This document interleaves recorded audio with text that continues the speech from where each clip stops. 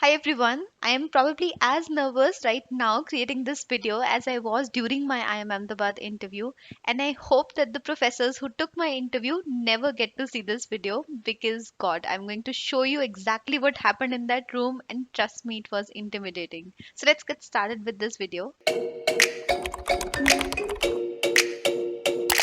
Alright, so this is how the IIM Ahmedabad interview room looked like, and I've tried my best to recreate that entire scene in front of you so that you can imagine sitting next to me and appearing for the interview yourself. There were two panelists in front of me. The professor on the left was an economics professor, and the professor on the right was an HR professor. And I'm sharing their backgrounds because you'll shortly know what role that played in my entire interview. So, the moment I sat down, I was asked to introduce myself. Now, I had already prepared a couple of CVs, so I asked them if they would like to go through my CV while the introduction was going on, to which one of the professors said yes, while the other said no, we already have your interview form, and they said it simultaneously. So I was in such an awkward position, not knowing whom to listen to. But then one of the professors said, it's okay, let's go ahead with your introduction itself, and that's how I began. Now, to those of you who are the regular viewers, you would already be aware what I said here because I mentioned it in the introduction video.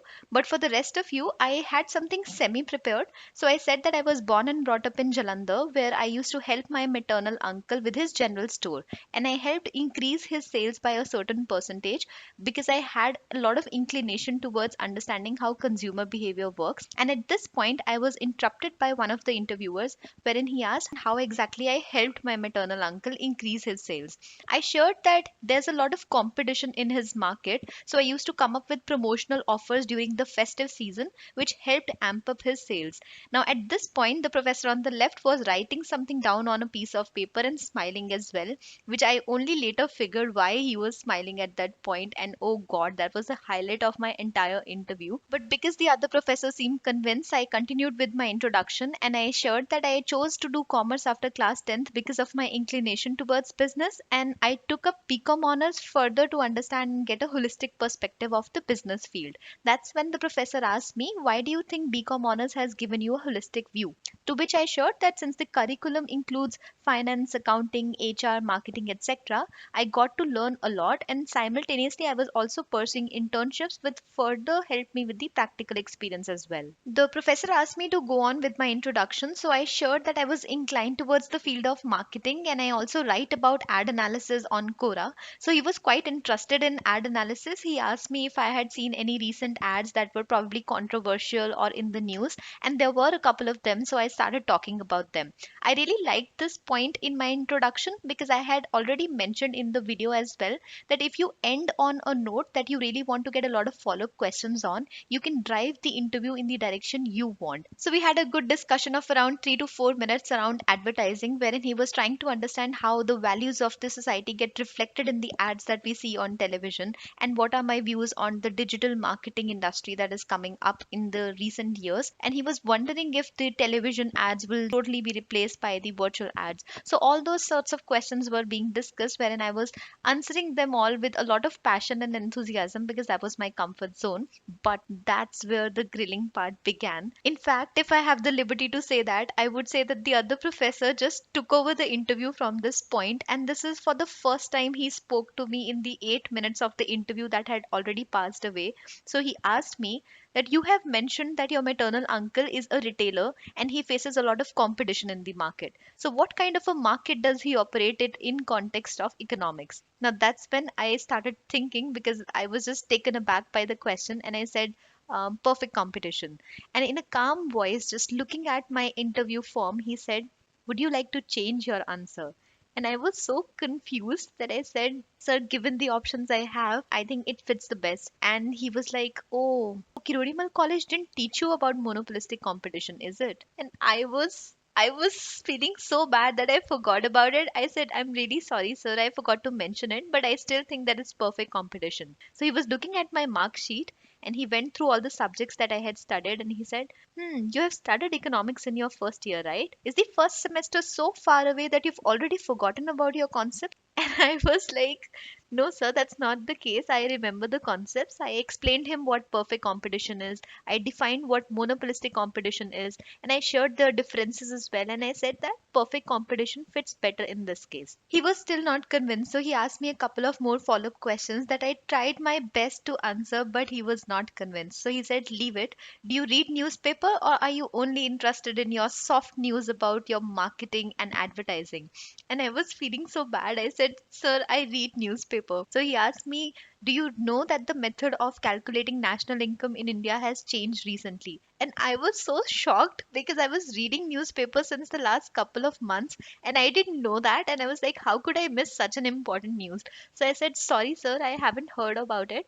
Later, I found out that he was referring to a news article which came about 3 or 4 years back. So I had not gone through it. He asked me why I was ignorant about it. And he said, does your marketing not get accounted into the national income? And I was wondering, my marketing? So I said, no, sir, it's not like that. In fact, the marketing industry, and the moment I said marketing industry, he was, I mean, I don't even have the right words. He was in so much utter shock and disbelief that he started looking at me and was like, what? Industry? Do you think marketing is an industry? And I was like, sir, since advertising is an industry and it's growing so much, it's a subset of the marketing industry. I believe marketing is an industry as well. So he said, do you know that there are three sectors in India? I said, yes, primary, secondary, and tertiary. He's like, so where do you think your marketing falls? And I was like, why does he keep referring to marketing as my marketing? So I said that since it's a service industry wherein you help other businesses grow, I think it's a part of the tertiary industry. But since the manufacturing companies also have their marketing departments, it can also contribute in the form of secondary industry. So he's like, यार एक चीज बताओ ना तुम इतने confused क्यों हो? At this point, the other professor joined and he was like, sir, you are confusing me also. And they both started laughing and I was just smiling. And I said, sir, in order to further add on to the confusion, I think that it also contributes to the primary sector. I said that since we have the FABM program at IIM Ahmedabad and we also help agriculturists grow their businesses by increasing their reach, so we help them as marketeers, and hence I also believe that it contributes to the primary sector. And he was like, final take batao na yaar, why are you confusing me so much? And I said that, sir, according to me, the marketing industry, and when I said industry, he just smiled. And I said that it contributes to the tertiary sector primarily, but it can also contribute to the other sectors. But trust me, he was in no mood to spare my economics. So he started asking me questions like, do you know how national income is calculated? I shared the methods. He's like, explain the product method. I did. So he asked me, what is gross value added and how is it different from national income? How do you go from gross value to national income? How is it different from domestic income? All these questions. And if someone is not from economics background or hasn't studied economics in your graduation, you don't really need to go through these concepts. You will only be asked about your questions from your academic background. So then there were a couple of more questions from economics, after which he asked me a question that I did not know an answer to. So he asked me how fixed cost can be calculated in case of primary sector, and I did not know the answer to that question. So I tried answering it from a linkage that I had studied in the news recently. So I said, sir, I'm not sure, but I can try. And I explained using the A to C2 methods that were there in the budget.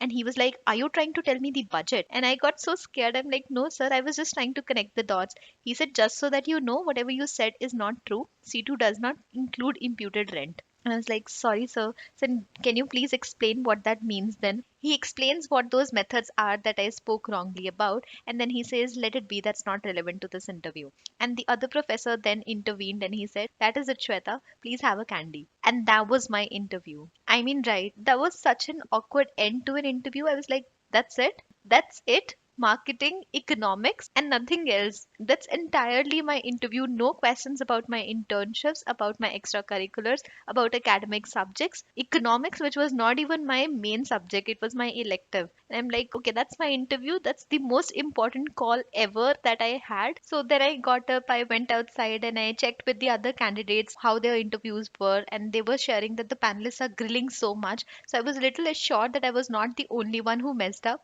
But then I was feeling so bad, like I could not hold my tears, and I called up my dad with a cracking voice, and I was like, I'm not going to make through. It was the worst interview of my life. And he said that you surely will.